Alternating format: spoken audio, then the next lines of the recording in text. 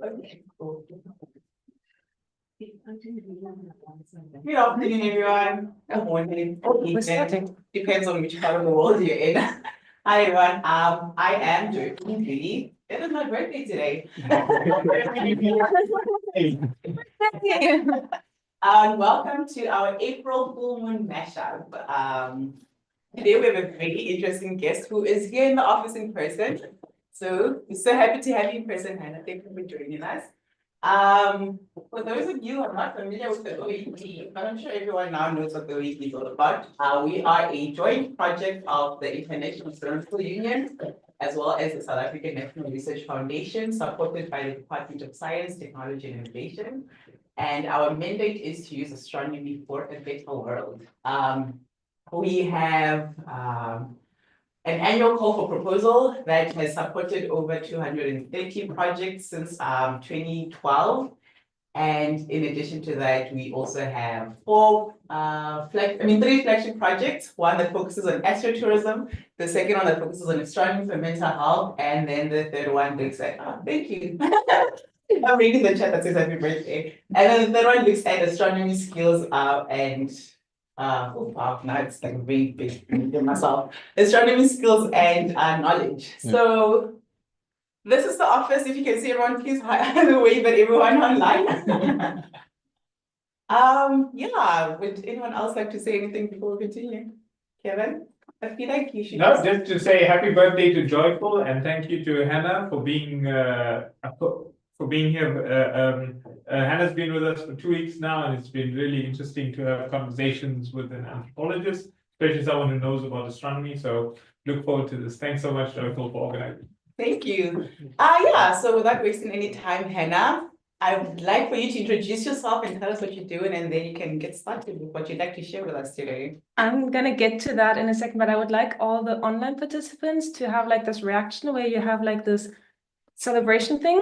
If everybody could do the celebration thing, please. I don't think everyone can find that celebration thing. It's down in the reaction. Oh, there you go. You got. Yeah. There you go. See, you do have celebrations things. Cool. That's for you, Joyful. Thank you. I'm going to start in a bit of an unconventional way for you guys, but it's a very conventional way for anthropologists. And then I will get to the things of introducing myself and stuff. So here I go. It's just after 9 in the morning. I arrive at the office and greet the one person that has already arrived before me. How was the weekend, I ask. Did you have a good time? I sit down and open my laptop. More people come in, chatting with each other, sitting down, standing up to get some tea, looking over another person's shoulder. How was the birthday party? Good morning, everyone. Oh, by the way, have you thought about that report? Oh, I love your earrings. Hey, this thing we talked about yesterday, I have an idea of how to address it. How are your kids? And about this image for the website, should we use this filter? Or do you prefer that one? What are you dreaming of? International relations? Hey, guys. Hey, guys, we have a meeting now. The people online are already waiting. Come on. Suddenly, there's only one conversation in the room, but only for as long as the meeting is going on. After that, we continue to talk about emails to be written and things that are going on at home. We involve others in decisions to be taken, brainstorm on how to think bigger, how to best reach out to more people. And suddenly, it's time for people to pick up their kids and go home. So, hi, I'm Hanna, and I'm sure you recognized where this was coming from. I want to... How do you know? Very familiar. I'm gonna share my screen, and I hope this is the right. No, this one does not move. Does it move? No. Sorry. Sharing the other screen then. Sorry, my computer is slow. It's not reacting. Okay. Take your time. Let's try this one. And make it full screen. I did click.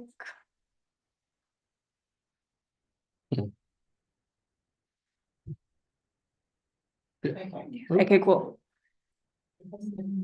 So this was the picture I wanted to use for this first bit, but actually it's much nicer because you see the real life that looks very similar to this picture.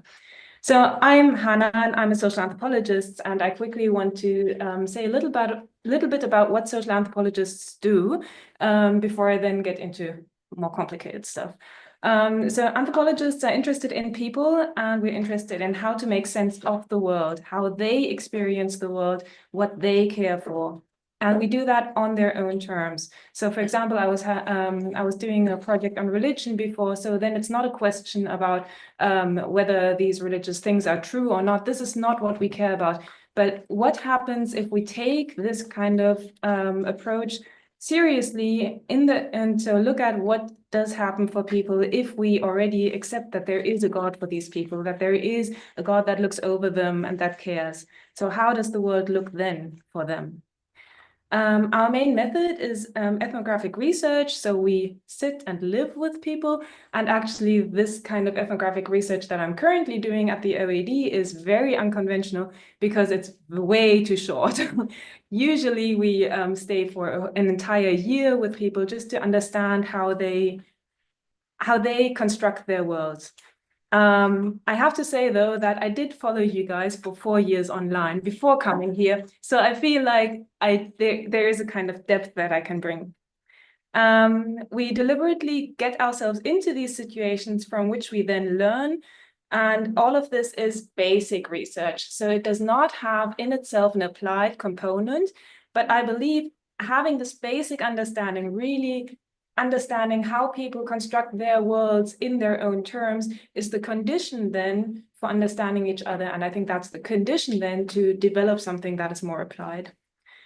One of the things that I'm going to come back to in this presentation a lot is that we challenge ourselves to retain complexity. So we are not happy with easy solutions and solutions that might seem to explain the situation, but then we're always looking for, yeah, well, this seems to explain the situation, but we're skeptical. So what else are we missing out on? What else, who are we not taking into account right now when we have this sort of easy understanding of a situation? So what I will be talking about today, I'm in the middle of the context. Now I'll continue with the context. Vignette is what we call this thing that I did in the beginning.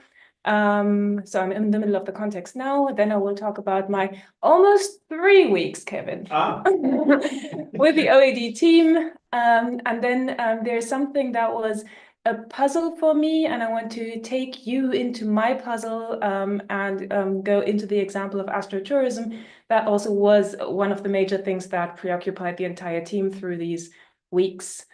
And then I hope there is a lot of time for reactions, comments, thoughts, questions. So that involves all of you guys. So be ready. Already draw your questions. I'm really curious to hear what the entire audience has to say. Cool. So more context.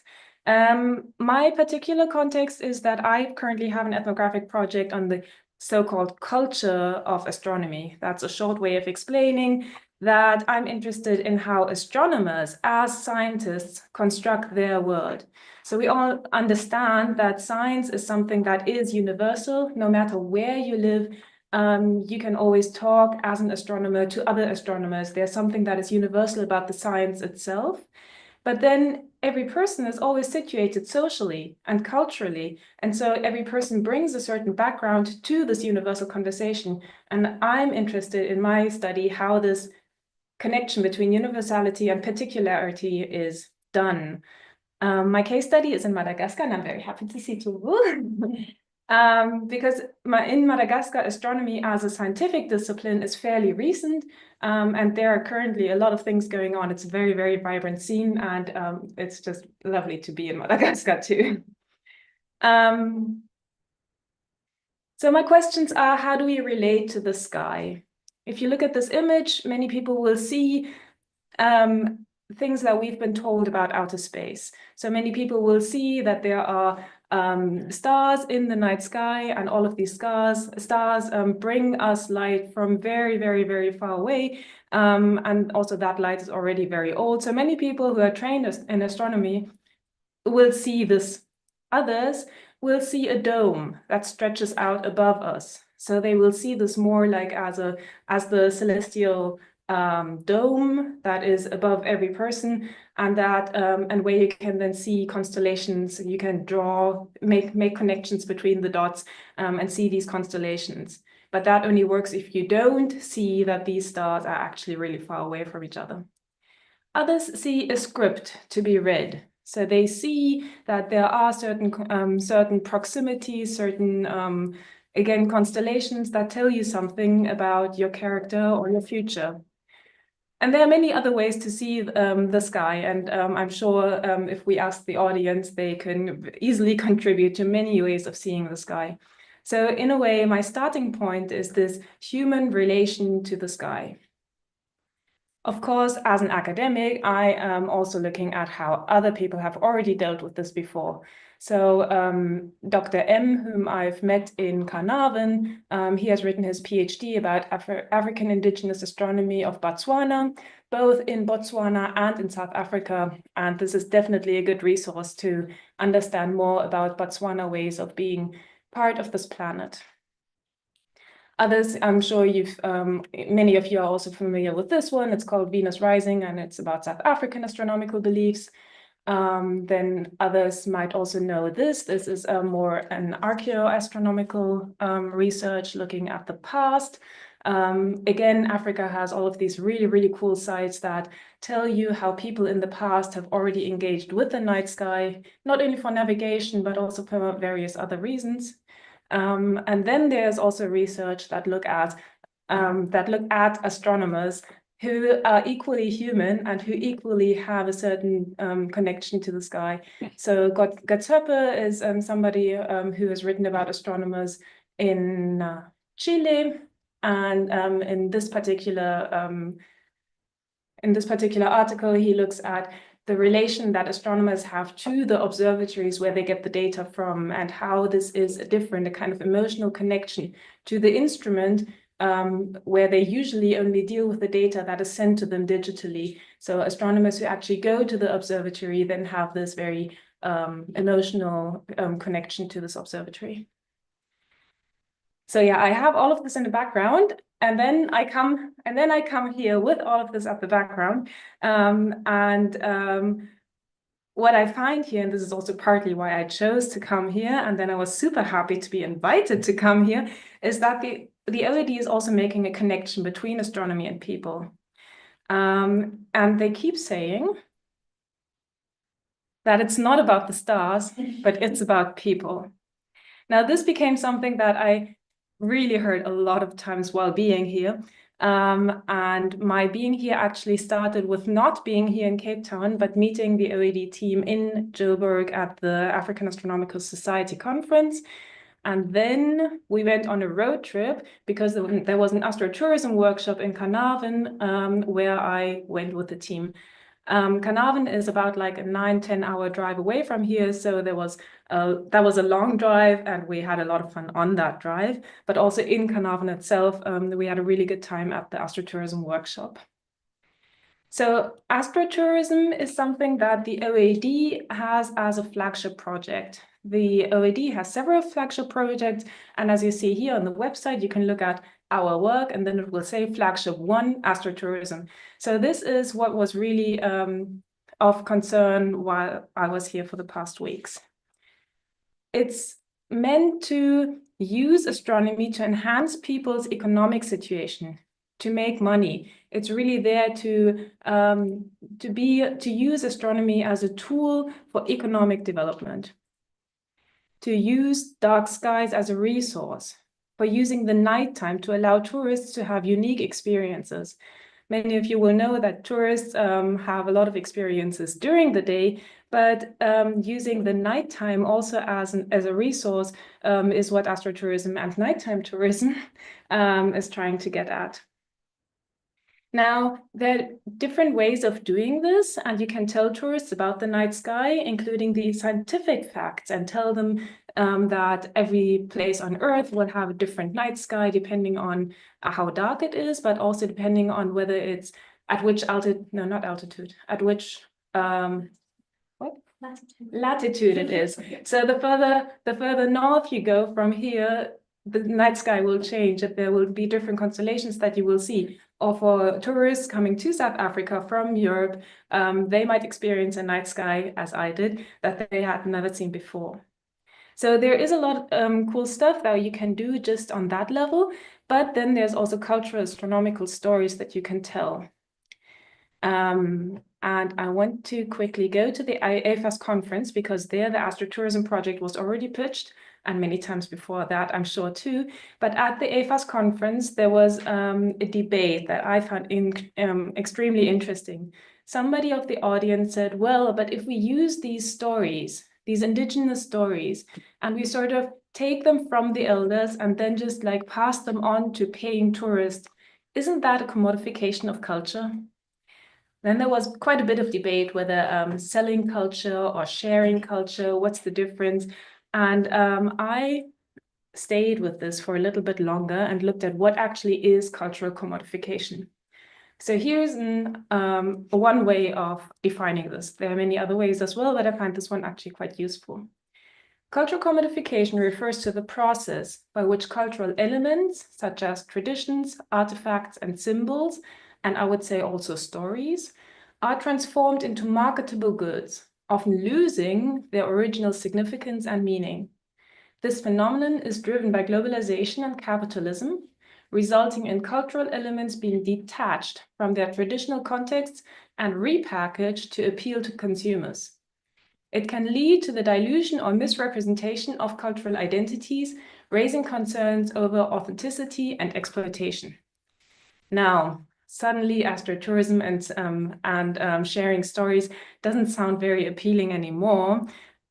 But again, I refuse to stay with that, because at the stargazing event that we had in Carnarvon, the Astro tour guides told us how they cared about sharing these stories.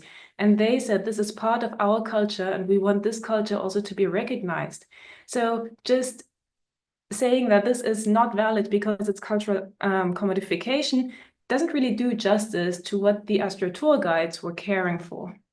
So I refuse to stay with that critique because I see the people care and I want to challenge myself to retain complexity. Just saying that this is cultural commodification would be a too easy answer for me.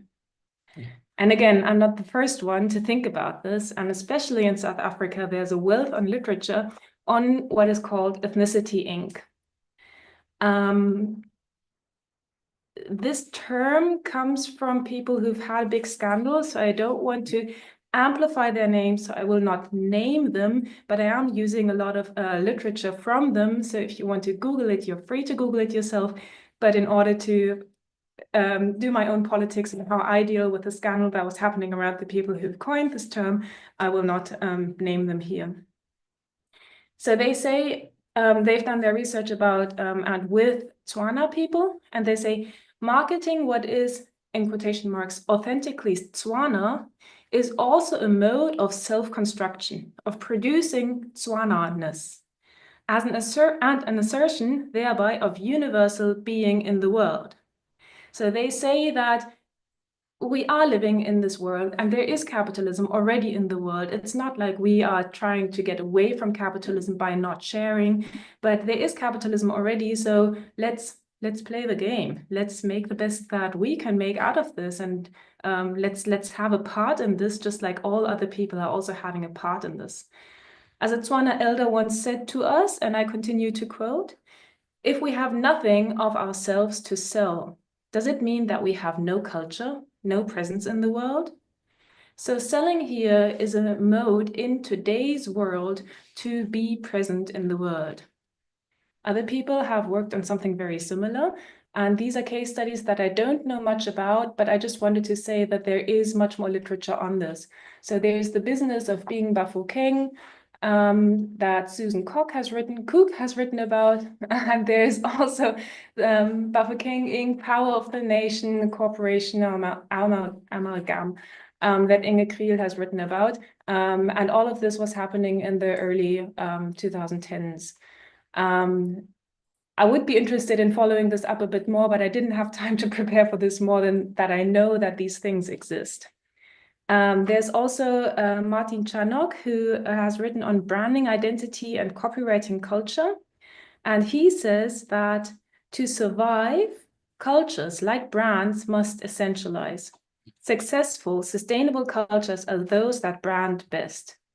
So if we go back now to the astrotourism, of course, the tourists will not have exactly the same experience, and the stories will have a very different meaning to what they have if a youngster sits around the fire together with the elders. It's different when you tell it to tourists. The tourists will maybe hear the stories and have very different associations with the images that come up in these stories. So like cultures like brands must essentialize, he says. He then, however, also says that cultural survival is giving way in many places to survival through culture, but with a twist. The more successful an ethnic group is in commodifying its difference, the quicker it may devalue itself. So by reducing what these stories actually mean and turning them into something that is marketable, it also devalues what the actual meaning is. So again, the challenge is to retain the complexity. It's like in between commodification, but there's also value in commodification, but then this valuation also comes with a risk. And I say, as a cultural anthropologist, that we need to take this seriously. So now, astrotourism is a way to allow people to connect to the night sky individually, creating a sense of awe, and this is a shout out to Dom, with the potential to appreciate difference and evoke care for being situated on this planet. And that also evokes care for each other. And in the case of tourism, that generates income.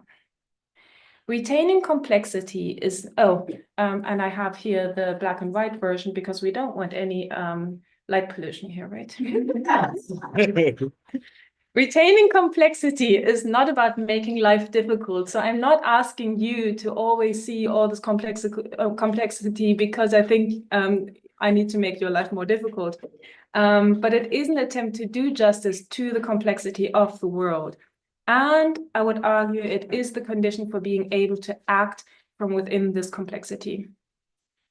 So when I asked what people wanted me here at the OED to do with this session that I'm like doing now, the answer was, well, can you respond to the question of how do we make people see the humanity of others? And I have to disappoint you because I cannot provide this one easy solution of how do we make people see the humanity of others. But I do believe that the question needs to be raised again and again in each constellation of people coming together. And you OED people are actually already living by doing this living this example. So every day in the office, OED people are already making sure to cultivate a way of being that makes sure to see the humanity of others in asking questions about the work and asking questions about personal things. So thank you.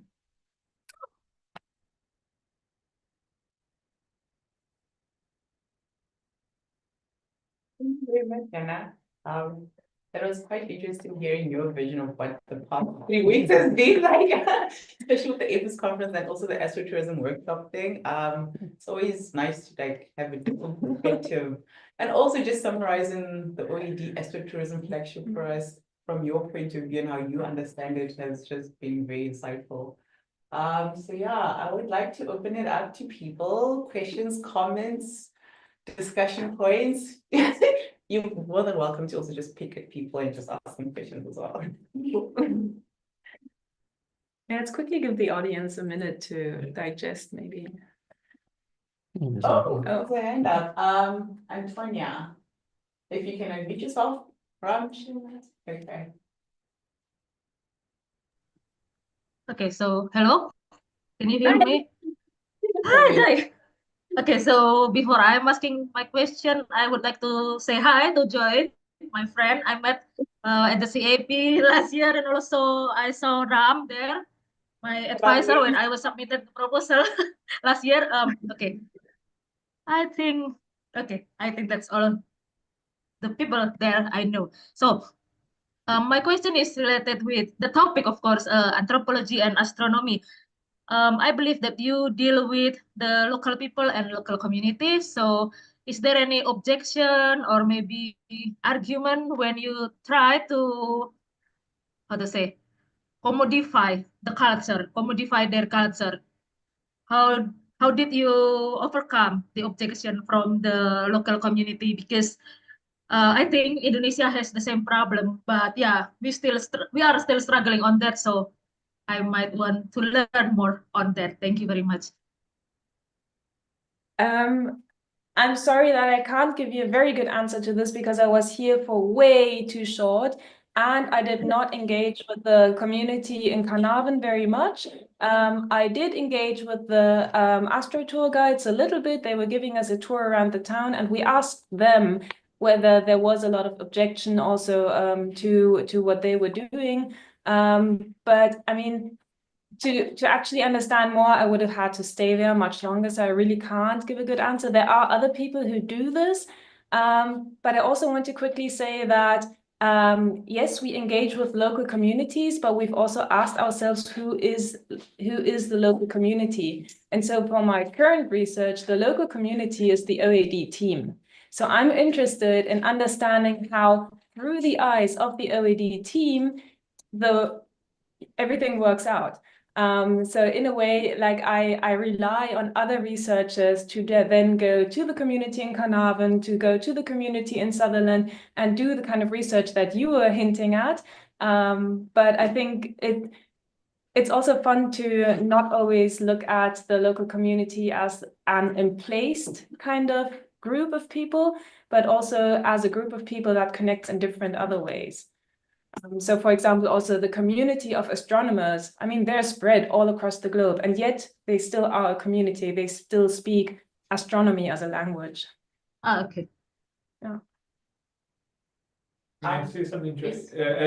So just in terms of the principle of a mashup, there might be others who can answer that question as well. Like if there's others who have had the experience, feel free to put up your hand. To the chat. Yeah, as Megan well. said something. And there's one we are above that as well. Just what Kevin wanted to add on to Okay. what.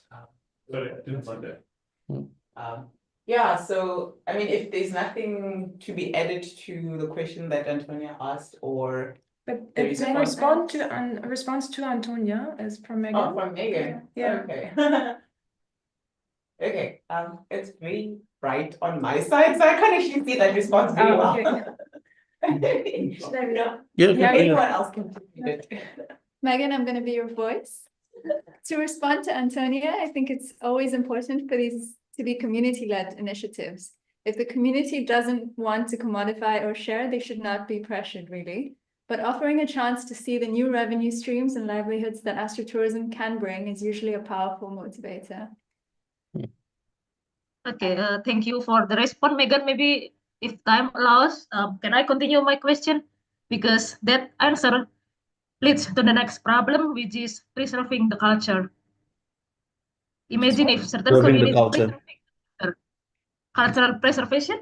Okay, so when the elders pass away and then the culture does not inherit it to the young generations, one of them is through the commodification. How can the culture be preserved and then be learned by the young generations? I think maybe this question is for Megan, since she was the one responding to my question. If it is allowed, thank you. Yeah. Megan, maybe you can unmute yourself and respond to Antonia. Hi, sorry.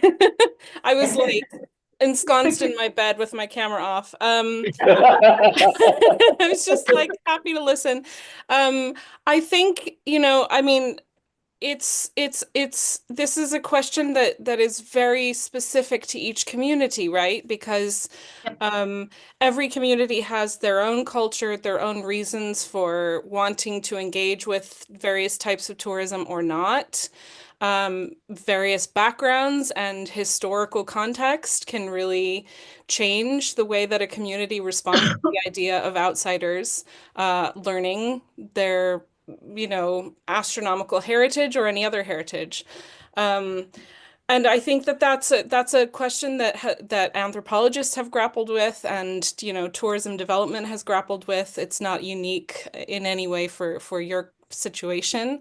And up to now, I mean, again, trying to convince someone that they should learn about their own history is really, in some ways, kind of not our business. If the community is really resistant, there has to be a point at which we go, okay, that's fair, fine, and that's a shame, and that's the way it is. But I think, there's usually someone in a community that can in some ways become a kind of a community ambassador to their own community, to kind of say, like, I'm from the community and I believe in this idea. And that's often the most powerful way to engage with the community, really, is to find that person who can be your outreach person. But finding that person can be tough, So I don't know if that's especially helpful, but that's my response. Yeah. Thank you very much. Yeah, and I just want to reiterate, like, even if you don't find an ambassador, it's also our role then to back off. Like, we have no business, if the community doesn't want to share, then we have no business in forcing them to share. So I really want to, I just wanted to, reify what Megan has said. Charles, I think you wanted to say something. Really? Well, Thank you. Mulugeta has got a number of things he's got. Okay. Okay, so we'll first go to Mulugeta's first question, which says, astronomical concepts can be deeply intertwined with cultural worldviews. What are some of the most significant challenges in translating this concept across cultures? Thank you so much, Kevin. Especially when the scientific language of astronomy might clash with traditional understandings of the cosmos. So I think this also goes back to when the astro guides insisted that there's certain things during their presentation that they had to say in their home language, otherwise it just doesn't have the same meaning and emphasis as when you say it in an English or translated version. So what are your thoughts on that question? Are you rereading it? I'm rereading it. Anyone else has thoughts on that? I think it will always be a translation, even if it was not a problem of language. So what I said earlier is that if you are a kid learning from your grandfather, sitting around the fire, about how there was a cart that was pulled and then the milk was spilled, and this is how the Milky Way came into being, that is completely different because it situates you within a culture that has this story as part of their repertoire. The exact same story, even if it was not a problem of linguistic translation, would mean something completely different if you have a group of, I don't know, 10 tourists coming from Germany to that village where this story is told, because they will not have this as an identifying marker for their own culture. They will not grow into this culture where this is a story that is their story. And so I think like that there's always like the stories become something different already just by the context and the people being different, listening and being engaged with these stories. I don't know if this helps, Mulugeta.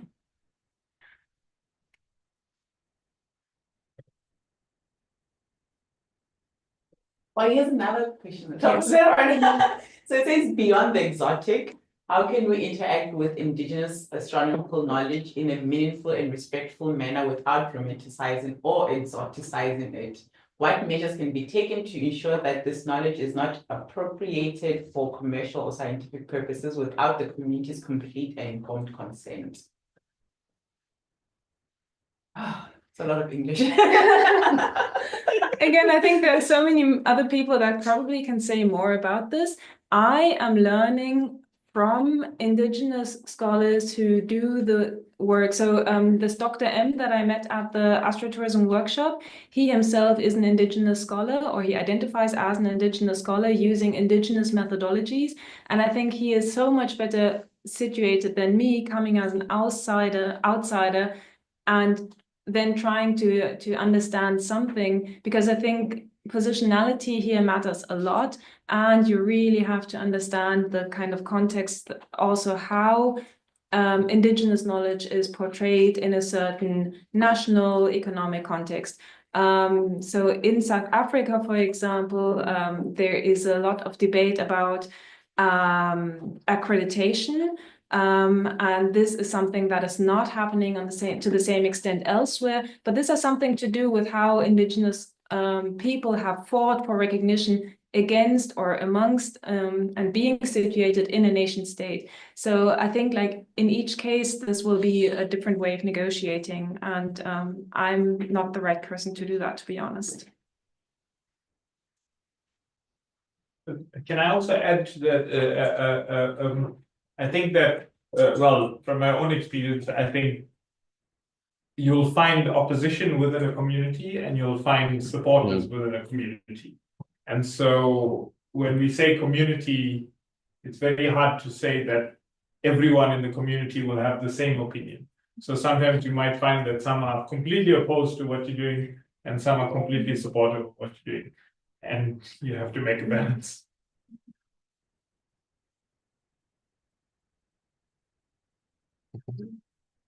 I see that we have someone who's very experienced with Indigenous knowledge and tourism in the audience. Sorry, Cisco, but it would be great to hear your thoughts on this if you have anything to add about how to respectfully use Indigenous knowledge. Thank you so much for putting me on the spot here. I just joined late. I was having issues with connecting to the webinar. I apologize for joining late, and I don't really have. I can't say what you've been discussing already because I just joined now, and I don't know. Maybe I don't know what to add to it because I'm coming from a tourism community-led tourism development. So I'm looking at things through the lenses of creating tangible benefits for Indigenous people. And I'm not an anthropologist or historian or a sociologist. I'm a tourism, community-based tourism specialist. And when I'm learning now, working with Indigenous communities is really creating strong relationships and understanding from them, especially the Indigenous knowledge holders themselves. How do you want your knowledge represented? Because we as in academia, we have our own ways of, we want to preserve and document this, put in books and write journal articles about it. But we forget that there's certain knowledge systems that are even sacred, not to be shared at all, because they have to go through certain stages or rituals to be able to acquire certain knowledge. This includes knowledge of astronomy. And even me as an outsider working within this community, trying to develop tourism experiences, I'm learning that they can't tell me everything. They can't share everything for me. And I have to respect that and understand as we're going stage by stage in this development stage, learning what they are comfortable with using to commercialize through tourism experiences and what is not. So I'm still really at the early stage of our model of community-led ecotourism in Namibia. And we are learning and taking it step by step. And I'm also learning a lot from the Northwest University, working with the Indigenous Knowledge Center there. Dr. Matia, he's really guiding me because he's quite experienced. He specialized his PhD in Indigenous knowledge of astronomy. So I'm learning from them and seeing how it goes, because this is something new for us in Namibia, and we want to do tourism differently and give value to this knowledge, and we'll see how it goes. This is all what I can share. Thank you so much for this, for putting me on the spot. Thank you, Cisco. Sorry for putting you on the spot. Thank you. So I see Chris has a question on the chat. Would you like to unmute yourself and ask the question, Chris, or should I read it out loud for you?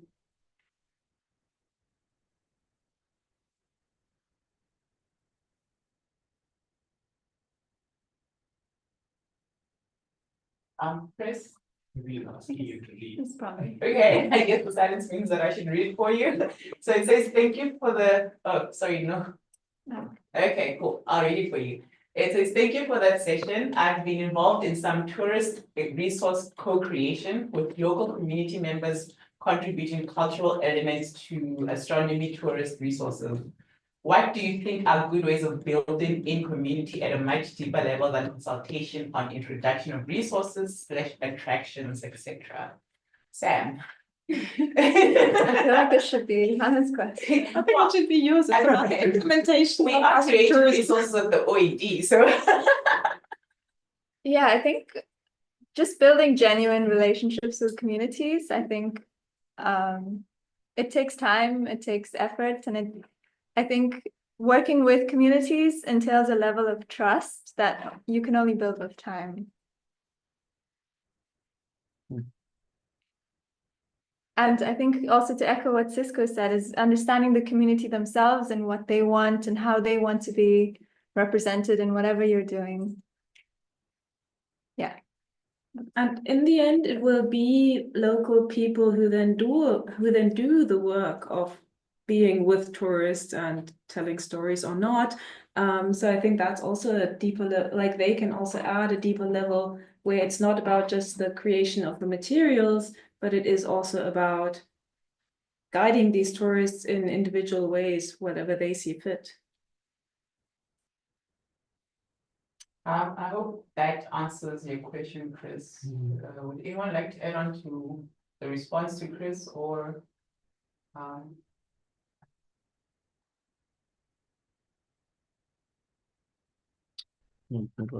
Yeah, so Nurali had I'm not sure if it was a comment or a question. Nurali, do you want to unmute yourself and maybe give a much clearer explanation of what you wrote in the chat?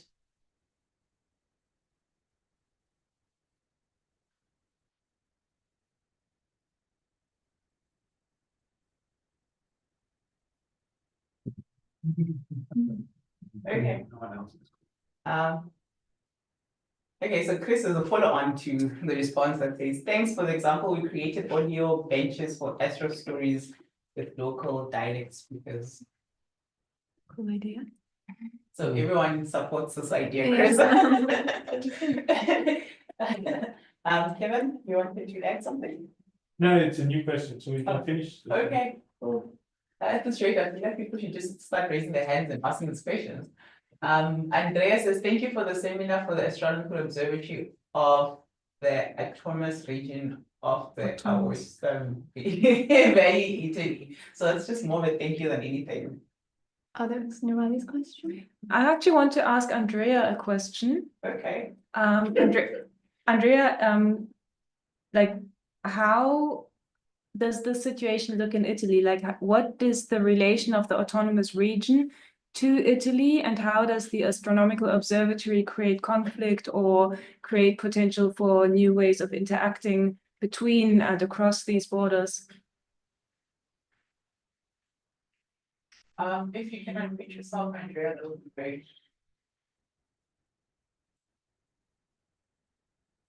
Is Andrea still here? Yeah, he's there. Oh, yeah. And yeah. Okay. Okay, yes, you can write the answer. So while you're writing your answer, maybe Kevin can. Well, you can take Nurali's question. Was it a question? I'm not sure. The comment. How can they be confirmed? Oh, Is Yeah. known for that area. I think that's a really tricky one, because we will rely. Maybe just repeat. Oh, so the question is, for stories that we get from elders, how can they be confirmed as known for that area? And I think there's a problematic mapping of a community to an area. So what do we do with, on the one hand, areas that host many communities? In cities, for example, we have lots of communities with stories that may be very different from each other. So that's the one thing, but also like a community might be spread out across like various regions that we would identify as area. And so again, this PhD that has now already been mentioned several times, but the star lore of the Botswana people differs now because the Botswana people are partially in Botswana and partially in South Africa.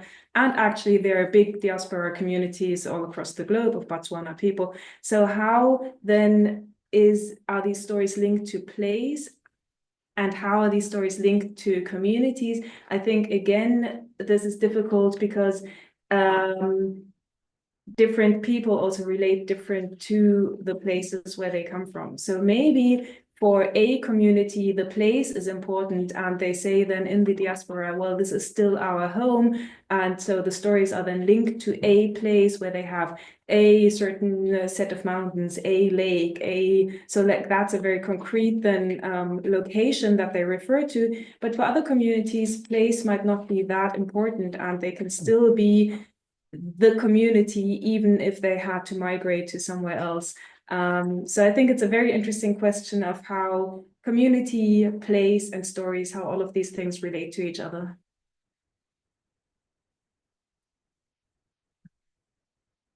My hand is up in the background. Thanks very much. So this kind of relates to the question that I was going to ask, and it relates to how we handle the evolution of culture. And you know, so far the conversation has been about you know, commodification of culture, or you know, it sort of seems very simplified and sort of boxish, but culture evolves, and you know, we our kids have, you know, part South African Indian culture, part like European Swiss Swedish culture, and they're like forming all these things together. So how do you handle the sort of spectrum of culture? And when someone shares culture, how do you attribute it to like one particular, and what you're talking about with the Botswana example, like, is it possible to do that, or should we sort of see culture as something that's a continuum, and then just not try too hard to box it? I have two answers. One is an academic answer, and that is to never reduce complexity. So that means we cannot ever think of culture as something stable. We always need to look at how it changes, and even if there's no migration, and even if people stay in one context, and even if they intermarry only within their community, still culture evolves. And so I mean, this is what my discipline does. We look at culture in its ever-changing ways. Another part of the answer is that some people care for making culture into something that is more contained, because then it becomes something that is marketable, for example, like the whole Bafokeng thing. This is a way to stabilize culture, because then you can do other things with culture that you could not if you would take into account always how it was always shifting and evolving. So there is a way to tell certain stories and to box them into a kind of restricted sense of what it means, what the culture concept means, for a particular purpose then. And so like for me, as somebody is studying these things, I want to take that as seriously as I want to take the evolution of culture. So for me, the effort that people put into stabilizing culture is an interesting thing in itself. Yeah. So maybe just as a follow-on, like, then how would you advise sort of the astro-tourism, you know, community? How do you handle this? Because those complexities from an anthropological point of view, it's interesting, but like practically, how do we deal with that? So I can't really speak and like for the community, because they will have to make the decisions themselves, and they will have to see also what they find valuable.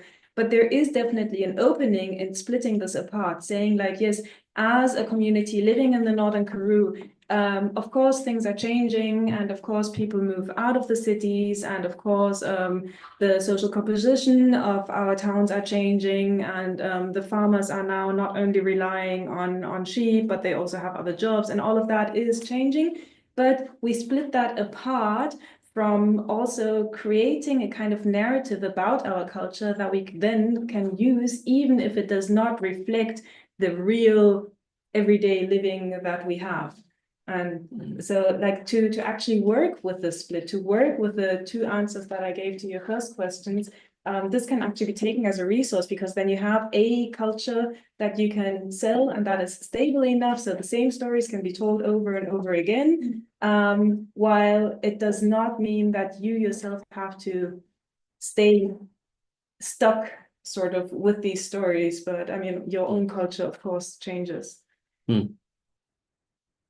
And Okay. so therefore we can take culture as something that cannot be contained. And therefore now my question is thinking about time. And obviously over time, with globalization and mixture of people and cultures, I mean that will mean that we will sort of have an ever evolving culture. So the question is, can we put a timestamp on what, on a certain what a certain thing can still be a culture? And when you talk about preservation, what are we then preserving if culture is ever, changing based on things like globalization as well? I think already we're past the point where we can preserve a culture that then comes with, like globalization has already infiltrated everything, I think. But what we can preserve is our current understanding of a culture's past. And so there are many people who say that their grandparents told them this and this, and that they lived in this and this way. So it already is not the way that people today live anymore, but it is a preservation of what they were told about the past. So I think there's like this thing, and at the same time, I also don't want to think, sorry, I'm not making a lot of sense here. So these are the people that I encountered. These are people that I could also speak to in English. These are people that have been to school. So like my perception right now is also just a tiny glimpse. I think also other people that maybe have not gone to school and that have a different way to respond to your question. They are still around, and we can also ask them about what they would want to preserve for future generations. Yeah, and I think just to add on to this current discussion, Chris made a question as well, saying that changing and evolving views and the process of change is interesting in its own right. Why do stories shift and alter? Yeah. Why? I thought that was belonging to the is interesting in its own right. No, there's a question after that. Why It does not have a question mark. Oh, no, now there's a question mark. Yes. Oh boy. question mark. Oh, thank you, Chris. You're only joking. I was like, oh, I don't know if I actually can, like, without taking an hour, I can actually respond to that. Okay, I think if we go back to Norali's question, because it had a follow-up to it, it says that he had asked for the stories you get from adults, how can they be confirmed as known to the area? And then his next point was that it's more about confirmation of the stories from the individual elders than it is the area itself. So do we need to confirm the stories from the elders, or Who's we? well, people who Well, if it's community-led, then it's not our business to interfere at all.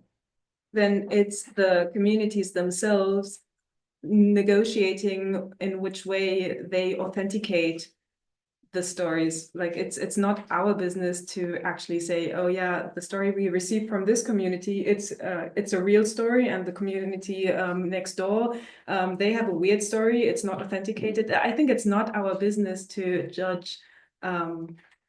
So yeah. Okay, and then Andrea eventually got back to your Yes. question, so maybe you can read it out loud since we can see it as well. Andrea says, thank you. Our Science and Culture Center is located in the first Starlight Stellar Park established in Italy. Thus, it offers to the visitors the opportunity to reconnect to the night sky that cannot be seen from the urban centers here in Italy. I mean, people are very surprised when we show them Polaris, because most of the people don't know how to find it. Thus, our work here is even more basic than discovering local traditions and cultures. It is very often about making people discovering the starry night, thanks to the fact that our astronomical observatory is placed in a valley with low light pollution. And I think Sam can say so much more about light pollution. I don't know if this is the place. You can email me later. Yeah, thank you for this response, Andrea. I think it's really important. And also myself, like I've never seen the night sky as I have in Carnarvon 2 weeks ago.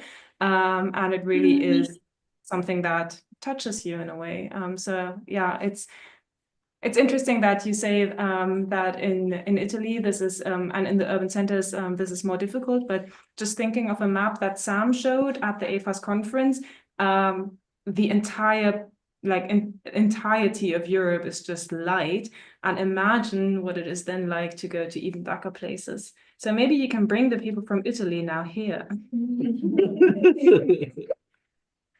So we're like 4 minutes away from 12. I will take the last hand by Antonia, if you can unmute yourself, and then we'll start wrapping up. Ram. Yeah, thank you, Joy, for the time. I will not ask question, but if it is allowed, I want to give some comments related to the story that we discussed before. Chris' question about changing the version of the story, and also the previous question related how to find this version of story belongs to which area, something like that. So based on the oral tradition perspective, we never find the truth. Okay, we never find the truth in the context of, let's say, this A version belongs to this community, and then what about if the version changes? It doesn't matter. What we find is how to preserve like the collective memory, also how to preserve and inherited the knowledge to the young generation, something like that.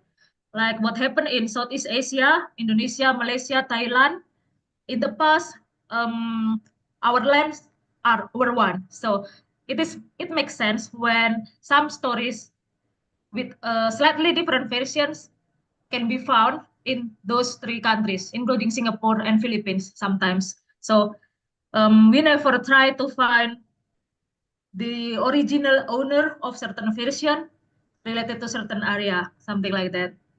Okay, also related to the changing version, I did the webinar this morning with some of my colleagues in Indonesia, and then the changing in the version sometimes related to the need of the society. For example, in children's literature that I have in Indonesia, the famous mouse deer in the past was tricky, but in the current children's story, they are the moral teacher. And it is okay because it depends on the need of the society, the government, the institution. There are a lot of things to consider, including the government and also politics, economic, and so on. So yeah, traditional knowledge, including astronomy, can be used as a tool for political intention, just like other science. Thank you. Thank you. Hanna, would you like to wrap it up for us? Thank A conclusion. No conclusion here. In closing, I just want to thank all the online people for really adding to the discussion. This was wonderful. I also want to thank the people here in the room. This has been amazing, and also thank you for allowing me to be here, and happy birthday to you again, Joyful. Thank you, Hannah. It was a pleasure having you here. We're very sad to see you go soon. So sad. You can stay longer if you want.